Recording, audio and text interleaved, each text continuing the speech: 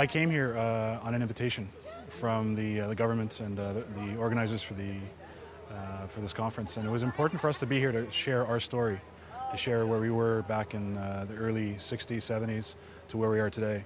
Because right now the Cree Nation's talking and we're negotiating and we're finalizing agreements with the province of Quebec in terms of our governance structure, and also we're talking heavily about preservation and keeping the land the way it is, and protecting certain areas within our territory for no development to happen. The World Indigenous Network is very important for us because we get a chance to share our story and hear stories from all over the planet. We all have something in common, which is, we want to find ways to protect Mother Earth. We want to find ways to make sure that what we're able to do today, our young people are able to have the same experiences that we're getting today. Because if we don't protect what we're doing, we don't protect the land, the water, the various things that we live off,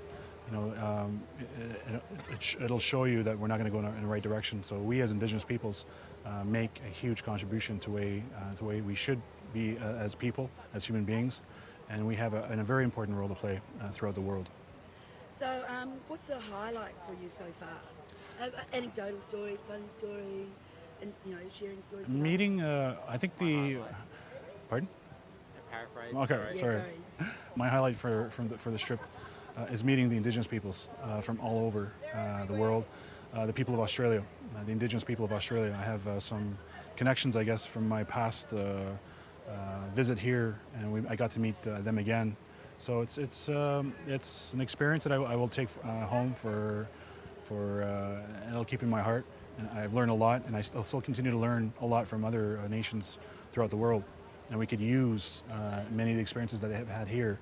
And I know the story here in Australia is very different from where we're from. Every province, it seems, here in this country is dealing with Indigenous peoples in different ways. And we got to find a way where we teach and we got to teach as well as treat every Indigenous nation the same, because we want all our nations to rise up. We want all our nations to be respected for what they stand for and who we are, and respect our culture and our language.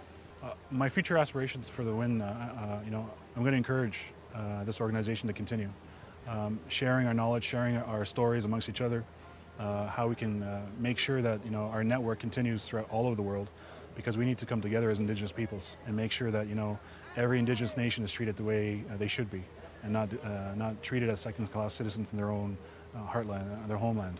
And that's my hope, that's my wish, that this network continues.